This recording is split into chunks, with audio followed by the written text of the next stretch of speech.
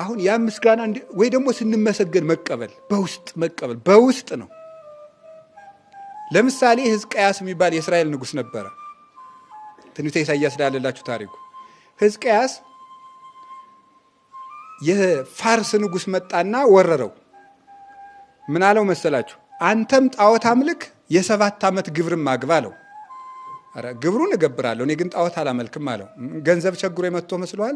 ማን ያድን መስላል? ያቺ ጣዖት ልታድነው ነው አለው። ታቦተ ጽዮን ታቦታትን ጣዖት ማለት ድሮም የተጀመረ ነው፣ ለምደ ነው። አላይዟችሁ፣ አትደንግጡ። ያቺ ጣዖት የምታድን መስሏል አለው። ለኢሳይያስ ላከበት። ነቢዩ ኢሳይያስ ምን አለው? አመድ ነስንሳ አልቅስ አለው። ሲያለቅስ ሲጸልይ ሕዝቅያስ መልአኩ ቅዱስ ሚካኤል መጣና ለሰናክሬም ወታደሮች ከብርሃን ሰይፉ ጋት የምታክል እንዲች አድርጎ ቢያሳየው 185 ሺህ ወታደሮች አመድ ሆነው አደሩ በአንድ ቀን። ሳይወጋቸው ቅዱስ ሚካኤል የብርሃን ሰይፍ ስላሳያቸው ብቻ። እስራኤል መጡና ምን አሉት? ሕዝቅያስ አንተ ደግ ንጉሥ ነህ አሉት። ሀገሪቱን የፈረስ ኮቴ ያረገጣትም አለንጋ አልጮህባትም። አንተም ሳትዋጋ ያሸነፍ እንዴት ያለ ቅዱስ ንጉሥ ብትሆን ነው አሉት።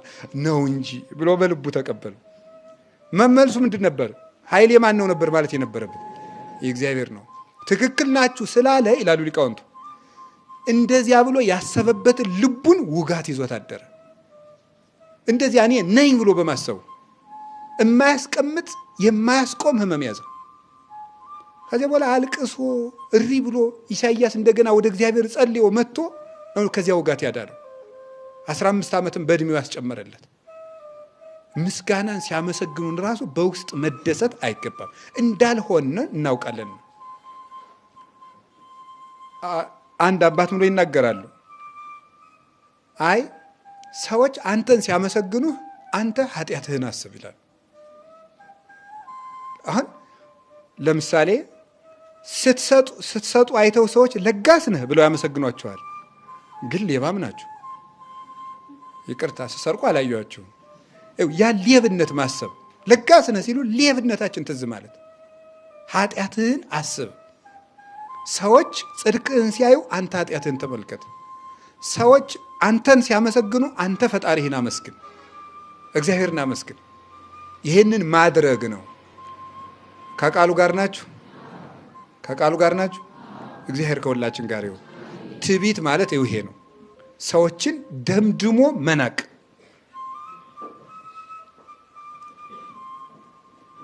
ሁለተኛ ትምክህት ይባላል።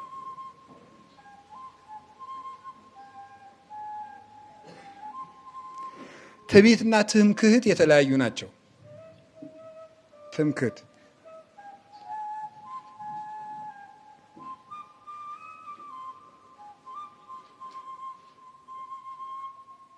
አሁን ለምሳሌ አንድ ነገር ልንገራችሁ እስቲ እንደው ስለ ትዕቢት ልንገራችሁ አንድ ነገር ማለት ነው። እናንተ አሁን የፋይናንስ ባለሙያ ብትሆኑ ምንም ያልተማረ ሰው መጥቶ ቆይ ስለ ሂሳብ አያያዝ ምክር ነበረኝ ቢላችሁ ምንድን ነው የምትሉት?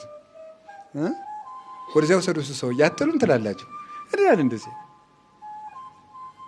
እንዴው እውነቴን ነው የምነግራችሁ። ማንም ሰው ካልተመከረ መካሪ የሌለው ንጉሥ ያለ 1 ዓመት አይነግስ ነው የሚሉ ኢትዮጵያውያን አይደል? ምክር ካልሰማ የሰው ልጅ ሰውን ሁሉ ሲናገር የምንንቀው ነገር ይኸው ስራ የሚበላሽ አገልግሎት የሚበላሽ በምንድን ነው? በትዕቢት ነው። የሶሪያውን ንጉሥ ንዕማን የሚባለውን ንጉሥ መፍትሄ አጥቶለት የነበረውን በሽታውን በማን ምክር ይመስላችኋል መፍትሄ ያገኘ? ከእስራኤል ማርኮ ባመጣት ገረዱ ወይም ባሪያው አማካኝነት ነው። ሂደህ ዮርዳኖስ ብትታጠብ ትድናለህ ብላ የመከረችው። እንደው ማንንም ሰው እንስማ፣ ስለ እግዚአብሔር ማንንም ሰው እንስማ። ትምክህት ደግሞ ማለት ምን ይመስላችኋል? ትምክህት ማለት መመካት ማለት ነው። በምንድን ነው የምንመካው? በሰው መመካት፣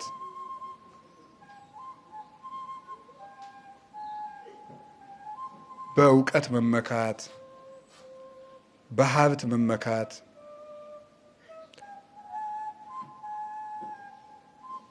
በእውቀት መመካት፣ በሀብት መመካት፣ በገንዘብ መመካት፣ በመልክ መመካት፣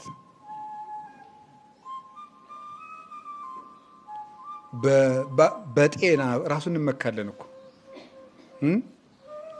አሁን አይኑ የታመመ ሰው ካለ እውሬ ደርጋሚ እየተባለ ሁሉ ይዘፈንበት የለ ነው ቀልን እኮ። በአንካሶች ሲሳቅባቸው ነው የሚውሉ። በዚህ ሁሉ መመካት ይህ ሁሉ እንዳልነበር ይሆናል። በሰው መመካት ወከንቱ ተአምኖ በሰው በእግዚአብሔር ንገብር ኃይለ በሰው መመካት። ዮሴፍ አንድ ጊዜ ግብፅ ታስሮ ሳለ የጠጅ አሳላፊውን ህልም ፈታለት። በቅርብ ቀን ከእስር ቤት ትፈታለህ አለው። ግን ስትፈታ እንዳትረሳኝ አለው። አሁን በማን መመካት ጀመረ? ግን መጽሐፍ ቅዱስ ምን ይላል? የጠጅ አሳላፊውም ዮሴፍን ረሳው ይላል። ለምንድን ነው ይላል? ዮሴፍ እስከዚያ ድረስ በእግዚአብሔር ሲመካ ብሎ ኑሮ አንድ ቀን ግን በጠጅ አሳላፊ ተመክቷልና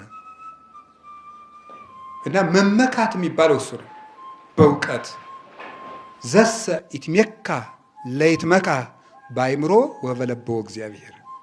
ሐና እንደዚህ አይደል ያለች? ሌላው ቀርቶ ወላዶቹ በመካኖቹ ይመካሉ። ልጅ ያላቸው ሰዎች ልጅ በሌላቸው ይመካሉ።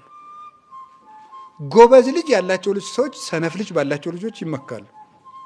ስነ ምግባር ያለው ልጅ ያላቸው ሰዎች ዱርዬ ልጅ ባላቸው ሰዎች ይመካሉ። አይባልም እንደዚያ ሁሉ።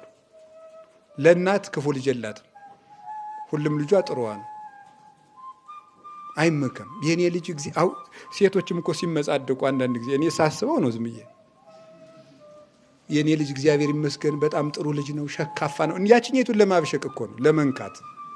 እንደዚህ ያለ አሽሙር ራሱ ሰውን በነገር መውጋት ውስጥ ለውስጥ ፍጽሞ ነውር ነው። ለሰዎች ስሜት መጠንቀቅ ያስፈልጋል። ትምክት ማለት እኛ ያለንን ነገር እየዘረዘርን መመካት። እግዚአብሔር አንዳንዱ ሰው ይውላችሁ የእናንተን ስኬት ስታወሩ የሌላው ውድቀት መታሰብ አለበት። እግዚአብሔር ይመስገን አሁን ያልተሳካለት ሰው ጋር ሁናችሁ ስታወሩ ራሱ መጠንቀቅ አለ። እኔ እግዚአብሔር ይመስገን በቀላሉ አንብቤ የምረዳ ሰው ነኝ አይባልም ከሰው ማለት። ያኛው ሰውዬ ቶሎ አንብቦ የማይረዳ ቢሆንስ እግዚአብሔር እንዲያማርር እናደርገዋለን። እግዚአብሔር ይመስገን እኔ ሁሉ ነገር አልጋ ባልጋ የተሳካልኝ ይላል ሰው። ሌላው ጉጻጉጽ የሆነበት ውጣ ውረድ የሆነበት ሰው ሲሰማስ አይረበሽም? ይረበሻል። እያንዳንዱን ነገር መመካት ማለት በእኛ ሰዎች እንዲረበሹ አድርገን ማውራት መኩራት ማለት ነው። ከቃሉ ጋር ናችሁ? ከቃሉ ጋር ናችሁ? እግዚአብሔር ከሁላችሁም ጋር ይሁን። እኔ ሰው የሚወደኝ ሰው ነኝ ማለት ትምክት ነው። ይሄ ሁሉ ሰው ሁሉ ይወደኛል፣ እግዚአብሔር ይመስገን። ይቺ እግዚአብሔር ይመስገን ሁለት አይነት ናት። ጠየም ያለች ናት አንደኛይቱ፣ ጠይም ትትና ይላሉ ሊቃውንቱ። ጠይም ትትና ማለት ውሸቱን ነው ይወደዋል፣ ግን እኔ እንደዚህ ነኝ የሚለው ባፉ፣ ይሄ ጠይም ትትና ይባላል። መካከለኛ ማለት ነው። ስለዚህ አሁን የምነግራችሁ ምንድነው? ይሄ እግዚአብሔር ይመስገን እግዚአብሔር ይመስገን የሚለው እግዚአብሔር ይመስገን በመሰለ ውስጣዊ ትዕቢት ነው። ይሄ ቀላል መስሏችኋል እናንተ አላችሁ። አሁን አቡነ ተክለ ሃይማኖት አንድ ሰውዬ መንገድ ላይ ያገኙት፣ እመጣላችኋለሁ ስለሳቸው ህይወትና መንገድ ላይ ያገኙትና መነኩሴ ነው እኮ እሱ ከዚህ ከአቡነ ኢየሱስ ሞዐ ገዳም ከአባ በጸሎተ ሚካኤል ገዳም አንስቶ ወደ ሸዋ ነው የሚሄደው። እሳቸው ደግሞ ከዚያ ተነስተው ወደዚያ ነው የሚሄደው። መንገድ ላይ ያገኙት። ወዴት ነው የምትሄድ አሉት። ወዴት እንደሚሄድ አላውቅም፣ እንግዲያስ ከኔ ጋር እንመለስ፣ ምን ጨነቀኝ ብዬ። እግዚአብሔር እኔን ኃጢአተኛውን ወንድምህን እንድትመራይ ብሎ ልኮህ እንደሆነ እግዚአብሔር ምን ብሎ ነው ለአንተ የሚያደክመኝ? እኔ አንተ ምንድን ነህ? ትቢቱ ማለት ነው፣ ትምክቱ። እኔ በጣም እንዲህ ያለው ንጹሕ ቅዱስ መነኩሴ ሰውን ለአንተ እግዚአብሔር የሚያደክመኝ አንተ ማን ስለሆንክ ነው አላቸው። አቡነ ተክለ ሃይማኖት የዚያን ጊዜ በነፋስ ተጭነው ለመሄድ የበቁ ቅዱስ ናቸው፣ አያውቅም እንጂ። ከዚያስ ምን አለው? እንግዲህ እግዚአብሔር ለእኔ ልኮህ ከሆነ አትንቀሳቀስ፣ አላከህ እንደሆነ ሂድ አሉት። ቁሞ ቀረ፣ መንቀሳቀስ አቃተው። እሳቸው ሲሄዱ አባ ቆየኝ ቢል አይ እንግዲህ እኔ አልቆይም። እሳቸው ደግሞ ጭራሽ በእግር ብቻ አይደለም የሚሄዱት፣ በነፋስ ነው የሚሄዱት። ዛሬ መልአኩ ቆየው እንጂ አላቸው። አይ ትዕቢተኛ ነው ተወዋል። መጨረሻ ላይ አይ ቢሆንም ፍቅር ይበልጣል ተባሉ። እሳቸው ሄዱ ነው ሁለተኛ ራስን አታስታበይ እግዚአብሔር ይቅር ይበል ሁላችንም ብለው መለሱት ያንን ሰው። መታበይ በቆምንበት ያስቀራል። አሁን እሱ ከገዳም ወጥቶ ስለማያውቅ ሌሊት ስለሚጸልይ ንጹህ ስለሆነ ኃጢአት ሰርቼ አላውቅም ብሎ እኔ ከሰው ሁሉ የባስኩ መነኩሴ ነኝ የበለጥኩ መነኩሴ ነኝ ብሎ አስቧል። ግን የሚበልጡት አሉ ከዋክብት የሆኑ እንትን ሰምታችኋል። እንዲሁ እንቁራሪት አሉ ሁልጊዜ ወንዝ ውስጥ የምትጮኸው አሉ ምን ብላ ነው አሉ ነው እንግዲህ የባህሩ ንጉሥ እሷ እየመሰላት ነው አሉ የምትለው የወንዙ ንግሥት እኔ ነኝ ብላ ስለምታስብ ነው ይባላል። እና እንደዚያ ነው። አንዳንድ ጊዜ እንደው ዝም ብለን ብቻችን ታጥረን ስለምንኖር ወጣ ስላላል ከራሳችን ቅርፍት ወይም ማዕቀፍ ስላልወጣን ከኛ በላይ ሰው ያለ አይመስለን በእውነቱ ማለት ነው። ከቃሉ ጋር ናችሁ። እና እግዚአብሔር ከትምክት ያድናል። አትመኩ። በልግስናችን መመካት፣ በትጋታችን መመካት። እግዚአብሔር የተመሰገነ ነው። የኔ ዘመዶች ግብረ ሰላም ያበላሉ፣ እኔም ተመስገን ነው። ከአማራ 4 ጊዜ በዓመት አበላለሁ። ምን ትንስቡ ዝብሮ 7 ገዳም ተሳልም ያለው እንዲሁ ምን ሰው የማይመካበት አለ? እምዘረዝረው እኮ እየለቀምኩ እናንተ ውስጥ ያልጠቀስኩት ነገር ትምክት እንዳይመስላችሁ ያልሆነ እንዳይመስላችሁ ብዬ ነው። እያንዳንዷን ነገር ከቃሉ ጋር ናችሁ። እግዚአብሔር ከሁላችን ጋር ይሁን። እኔ እንዲሁ እግዚአብሔር ይመስገን ከሰው ጋር ተጣልቼ ሽምግልና ተቀምጬ አላውቅም። ይህ ምንድን ነው? ትምክት ነው። ይሄ አቤት አቤት! እንግዲህ ጻድቃን ልባችሁ ቅን ሆኖ አይደለም። የልባችሁን ሰርታችሁ ሰው ሳያውቅባችሁ እየቀራችሁ ሊሆን ይችላል፣ አይታወቅም። እኔ እንዲሁ እንደዚህ አይነት ሰው ነኝ። እንዲሁ ሰው ጋር እንዲሁ ሰው ፊት ውጄ አላውቅም እና እንዲሁ እንዲህ ያለ ትምክት ተራግፎ ያጥፋልን መድኃኒዓለም። ይኸውላችሁ እዩት። አገራችንም ዓለማችንም የሚያወቀው ምን ይመስላችኋል? ምንድን ነው? ትምክት ነው። ነው አይደለም? ነው። ጣሊያን ኢትዮጵያን የወረረ ምን ብሎ ነው? ትምክት እኮ ነው።